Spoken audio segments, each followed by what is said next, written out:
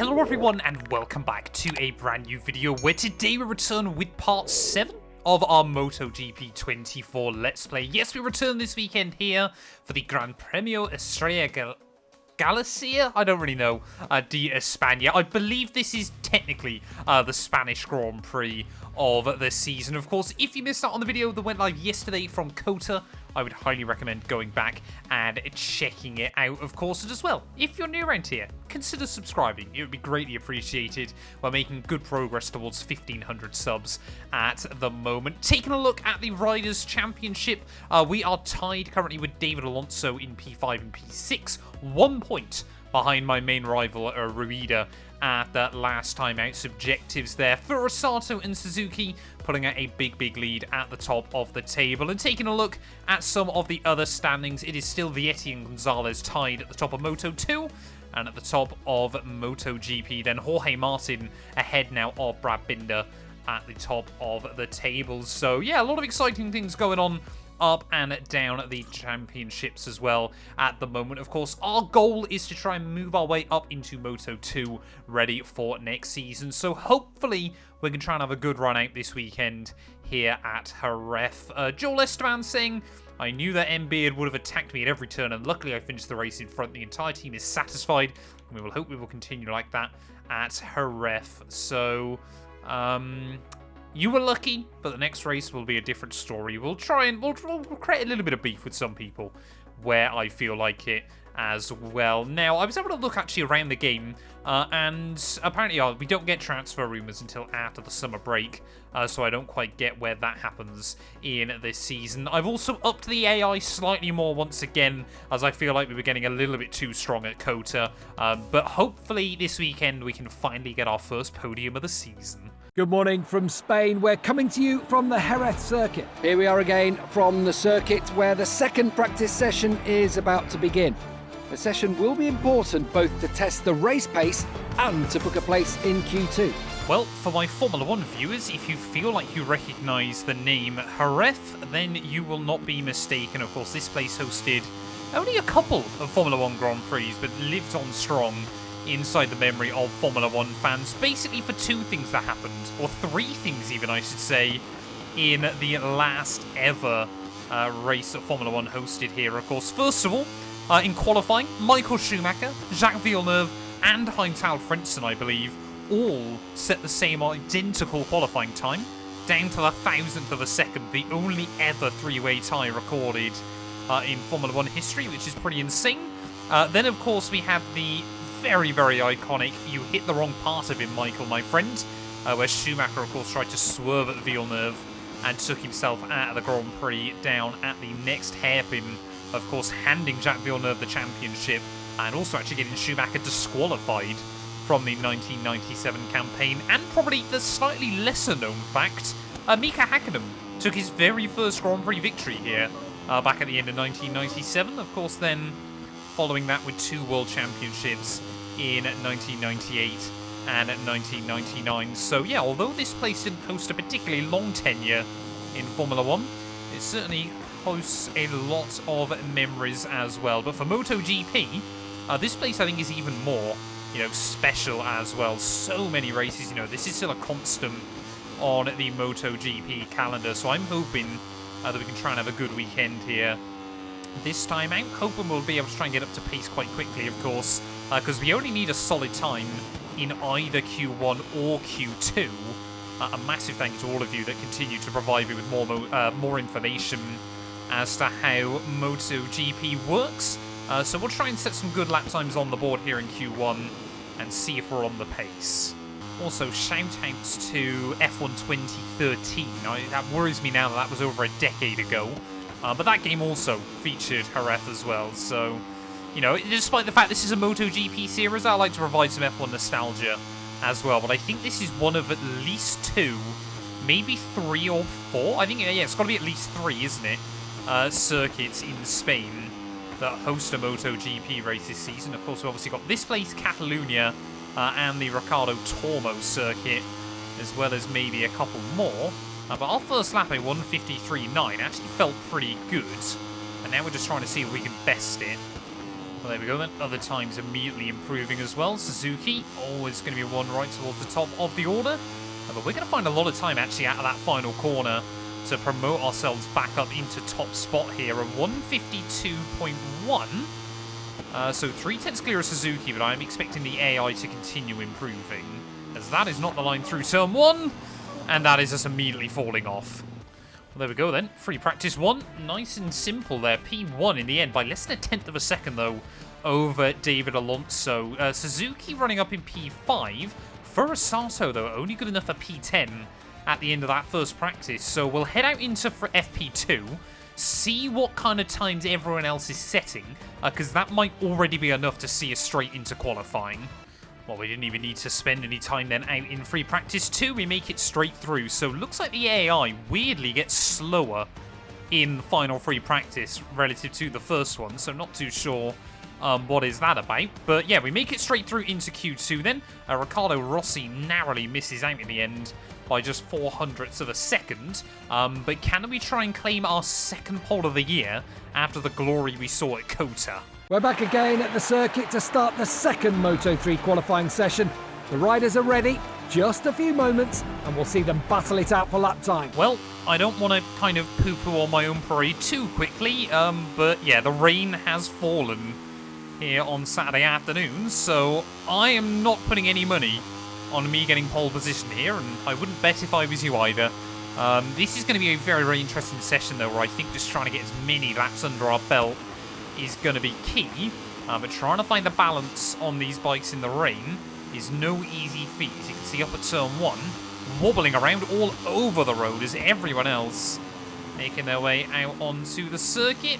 It's going to be a difficult one to try and find grip, as it always seems like Ruida and Zurazata, I think it is, always try and get in my way as well when they make their way out onto the circuit, so hopefully we can try and navigate them. But of course, yeah, the last time we did any wet riding, I think, was Malaysia and then Ricardo Tormo, wasn't it, at the end of last season? So our first wet session of our full campaign. We're just stuck watching Ruida and David Alonso moving around on the road. I don't know whether there's kind of... Is there blue flag etiquette in MotoGP? Do you really need it as much in MotoGP? It's not that you've got a whacking great Formula 1 car. Oh, in the middle of the road there is big wobbles. As we make our way in towards the final few turns. Someone tell me down in the comments below, is there really blue flags in qualifying in MotoGP? But yeah, these final few corners feel incredibly treacherous. But so far, actually, the pace on this first lap haven't been too bad. What on earth is that? Zurazat, that was absolutely ridiculous through the final corner. He's completely cleaned himself out. We're lucky we didn't get involved in that, as it looks like Suzuki's also gone down. A 2:02.8 though for us. I could not tell you whether that's good or not. Oh, can we please stop dive bombing me, Ruida? We want to just try and hook up a lap here. We're 6/10 up at the moment. So we make our way down the back straight. We're 8/10 up though on Holgado, who's currently in provisional P2. I'm waiting for the likes of Suzuki and Furusato though to set some decent times. I mean, what is that? He's just barging me out of the way. We're in the rain, man. Come on, have some chill. Yeah, we can't do anything at the moment with David Alonso and Ruida. They're just battling out with each other, so we're going to abandon that lap. Try to find myself a bit more track space. I mean, even then, I'm not even trying to ride at any kind of pace. And we're still almost falling off. But what worries me there is Alonso and Holgado look fast. We finally found a little bit of space there as Riccardo Rossi now up to P2. Everyone else now is improving, so we've definitely got to find at least another second, as Joel Esteban, last weekend's winner, up to the front of the running order. So can we try and find a bit more? I mean, they've just taken each other out. What is that? And I've got my lap invalidated because my teammate is a hooligan. I mean, I tell you what, on the edge of grip on this game, it is so satisfying when you do get a slide caught and things like that, where the bike does grip up coming off of a corner, but it is so scary. I know I keep saying it, but you have got to be a special kind of mental to be a MotoGP rider. Absolutely unhinged. Come on, one more corner to go. We are just over a second up. It's going to be mighty close on the Delta. between myself and Esteban here as we try and round our way through the final corner. Oh, big wobble again. But we get the throttle down, and I think this is going to boost us back up to provisional pole position with 4 minutes left on the clock. It is a 2:01.5. That leaves us with a 3/10 margin as immediately I'm going to throw it away at turn 1. Oh, everyone else, though, is improving. We've only got time for one more lap after this one. And you can see Joel Esteban has got within a 1/10 of me. I think Furusato is only a couple of tenths back as well. So if we want to try and find any more time, it is now or never, as that is not the ideal line out of the final corner. In a bid to try and start our final flying lap. We've got another rider making his way back out of the pit lane. It's a very, very late attempt to come back to the circuit. But maybe just trying to feel out the conditions. But could we take a shock wet pole position here? We've got to get this lap dialed in, as that is not where I want it to be. There we go, Joel Esteban, he's found more. He's up into provisional pole position, but we are 3/4 of a second up here. Well, as we make our way through, that was not the line I wanted, but we gather it up. Don't get done for track limits through these final couple of corners. This is going to be so close in the end. Suzuki gets within 1/2 of me as well. Will we see Furusato able to improve as we round our way through the final corner, get back on that throttle as early as we can, use all of that curbing, but it's not enough. Out of the final corner, Joel Esteban is going to snooker away from us, and it is a 2:01.5 again, but we are not good enough for pole, and that immediately, again, is not the line at turn 1. Well, there we go then. Joel Esteban, after some highs last weekend, we'll get another one here. Pole position, ready for the Spanish Grand Prix. Tatsuki Suzuki ahead of Furusato just behind me, with Riccardo Rossi having a very, very good run at it as well. But yeah, we need to try and get a podium today. We need to get a big result here on the board. Let's do this thing here in Jerez. Good morning and welcome to the Jerez de la Frontera circuit. We are live at the Spanish Grand Prix, one of the longest running events in the history of MotoGP. In a few moments, we'll move to the main straight to watch the start of the Moto3 race. Our director takes us to the starting grid, where riders are trying to maintain their concentration before the start of the race. It's overcast and temperatures have dropped. Many riders tried softer compounds during this morning's warm-up, and it seems that the most popular choice on the grid is a medium front and a soft rear. Well, there we go then. Always interesting to get some of the other strategies out of the way. And our team have decided they want to do the exact opposite to what everyone else has said, if I'm not mistaken. But yeah, we need to try and beat David Alonso this weekend. Because apparently we're not the centre of gas objectives. So that's not good. So hopefully we can try and do that today then. But I think this one is an 8-lap race, I want to say. So let's try and keep it clean and tidy. Lined up on the Jerez grid, there doesn't seem to be any problems, and they're all ready to go. A few seconds now, and the lights will go out. Right, come on then. We can do this thing. I want to believe. Lining up P2 alongside Joel Esteban. AI's pace has been good here. It is 10 red lights. Nice lights out, and away we don't really go, because I never get a good start. Suzuki flying past me. Rossi getting the jump, though, on Furusato. As we make our way up into turn 1, as everyone is going to dive bomb me, so we have to run wide through that first corner and basically try to lose as few positions as we possibly can. Nice to see the sun is shining, as once again it will be our teammate Ruida, who is absolutely mental. There's about 4 riders on my outside there, so unfortunately kind of gave them all a little bit of a squeeze. Who is that trying to switch me? Kelso trying to look down the inside there, but we'll immediately get straight back past him. And well, once again, my starts on this game leave a lot to be desired. How are you meant to start a bike on this game? I don't really know then, but main target David Alonso still just in front of me as we make our way down in towards the hairpin. It is nice to see that it isn't just Furusato and Suzuki that are going to absolutely dominate this championship. There are a few other riders that maybe just struggled in the opening couple of rounds of the season. But yeah, as we weave our way down through this third sector, got to be careful of the gravel through there. Got to get close to it without actually hitting it, as track warnings are plenty for other riders early on. But yeah, despite losing a lot of places, we have actually kept it pretty clean and tidy for a change. Yeah, a nice run through that penultimate corner, back to the outside of Alonso.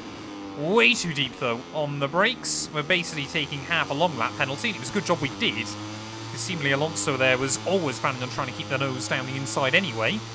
Guess it's not really the nose, it's kind of the whole bike, isn't it? But up towards turn 1. And we try and commit to a late braking manoeuvre. Over the curbs we go, a little bit risky, but we're through. Starting lap 3, though, we're definitely learning as to where we are stronger than the AI, and apparently turn 1 is one of those places down the inside of Ortiz. Apparently not, though. He's going to immediately try and get back past me and absolutely park on the front of my bike. Through turn 3, we'll get him.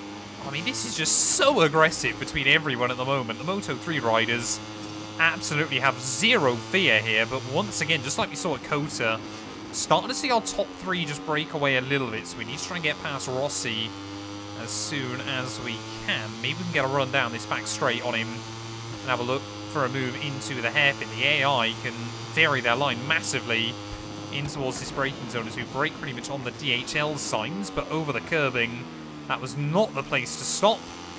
And immediately, yep, they'll make it straight back past me, but seems to be through the second half of the lap, we've definitely got a bit more strength and a bit more confidence against the AI here. It really is just working out which corners you can try and make magic happen, or simply bump them out of the way. They're going to do it to me, I'm going to do it to them. Luckily, not forcing another rider off his bike, but certainly, I'm sure, trying to create some enemies. It's through the third and second last corner that we really do seem to be able to capitalise there as we run just a little bit wide. Say we just seem to be going a little bit slower on the way in, and it allows us to carry the speed while on the exit as Rossi again trying to get the elbows. We will sneak down the inside though. Can we actually spot the braking point in towards this final hairpin? I sense a dive bomb coming in. Yeah, there you go. Thank you for that, mate. So there's definitely some beef going on between various riders here. It's a little bit wide on the grass out of the final corner. As we get towards half distance, though, we'll try and have a look back down the inside of Rossi at that first turn. He wants to try and turn in on me. What is that dive bomb coming in behind? We're back up to P4, though. So we've got to try and get to that top 3. No, I don't. We've got to try and switch Rossi again. Well, if we want any chance at the championship this season, we've got to start beating Suzuki and Furusato, and pretty reliably as well. They've already built up quite the buffer there. As I mean, Rossi, he's basically looking for a move everywhere he possibly can at the moment. As 2 of our top 3. Suzuki's got to be close to a penalty at this point. He's picked up at least 3 warnings now, I'm pretty certain. As, I mean, like I said, they are just coming through absolutely everywhere. I'm staggered we haven't had one yet, with how much every other rider is struggling with it. But can we have a look to the outside? Through the final corner, it might allow us to roll on the throttle just that little bit earlier as well. And well, we've been up in the podium positions a lot this season, but it's just never at the checkered flag, as we can't seem to get close to Furusato's fastest lap either. But yeah, Suzuki looks vulnerable here as the long way around at turn 1. Can we make it happen? He'll get the better run off the corner. Often we're able to switch him down at turn 2, which looks like we should. There we go, up into the podium places again. 3 laps to go then. I think it's safe to say we've got the AI balanced pretty well, because we are really struggling to close in on the top 2 here, unless they're battling it out with each other. Surely someone is going to have a penalty soon. I mean, the stewards, they're earning their keep this weekend. That is not the line through there. That is rather unsurprisingly going to be a warning, which I can't say I blame them for. It actually bumps us up to 2, because I accidentally trimmed one of the corners around the back half of the lap as well. But yeah, that gap is still coming down. Is it going to be Furusato making it 3 wins on the trot? Is Joel Esteban going to be able to get redemption for Kota? Or are we going to be able to try and snooker in and claim our first victory of the season? Oh, I think Riccardo Rossi's crazy riding, has got the better of him. He seems to have fallen off and therefore is out of this race. I don't know if whenever any of the AI fall off, whether that's then done for the day, or what quite happens with that. But yeah, been absolutely mental so far. As there we go. Fernandez there picking up a long lap penalty. So is Farioli. So penalties are now starting to come in, as that was not the line there. That is going to be another warning for track limits. We are up to 3 of our 5. I mean, we just make up so much time through those final couple of corners. But 1 more lap to go then here from Circuit Jerez. This has been a pretty intense race up to this point. And even if we can't get in the fight, we've absolutely got the best seat in the house towards the battle for the win here. We can see the gap still floating at about a second. But the AI seem to get a really good line out of that final corner to make up some time. Could that prove a vulnerability for us if we can get in with these two by the end of this one? Down through turn 2, they both run wide. Joel Esteban actually makes the move down the inside, but Furusato is not going to give up on it. Tries to cross back over him and can't quite make it happen. So Joel Esteban, he has snookered away the lead on very split occasions so far this race, but Furusato now struggling to match him as we make our way up through Cedar Bonds. Just trying to see if now we can get the run, as penalties and warnings still flooding in further down the order here. We need to try and get past Furusato, though, if we want any chance at Joel Esteban before the end of this race. Braking late down in towards the hairpin, but just nicking the curbing once again is really going to compromise my run there. You just unsettle the bike so badly if you don't get that line hooked up. But even if we can't get these two, we absolutely want to make sure that we try and claim our first podium of the season here.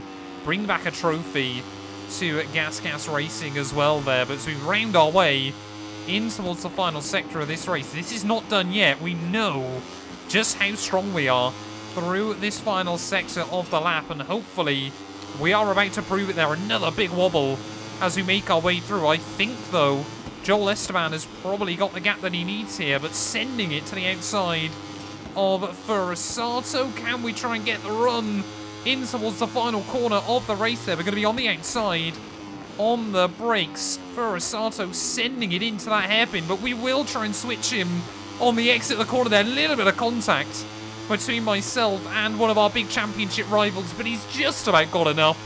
But it is our first podium of the campaign. Well, Joel Esteban then gets some redemption for last weekend at Akota and beat out Tayo Furusato when all is said and done there. But half a second covering our top 3 come the checkered flag. That is an absolutely mental finish here in Jerez. Ortola beats out Suzuki and Rueda, with Holgado, Alonso, Kelso and Carraro rounding out our top 10 then. And Jacob Rulston able to beat our fastest lap by 6/10 at the end of the race. So a very, very good job done by him. But we continue to be improving on this game as well. I certainly am happy that we got our first podium of the season under our belt, but it unfortunately means that Furusato now with an 18-point lead at the top of the table. We are up to P4 though, but we are 41 points back. We need to start outscoring him if we want any chance of fighting for the championship there. That result though does mean that Gas, we are still in P5, just behind the Red Bull KTM team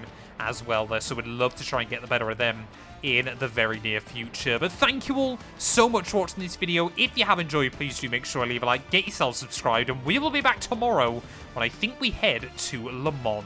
That one is going to be good.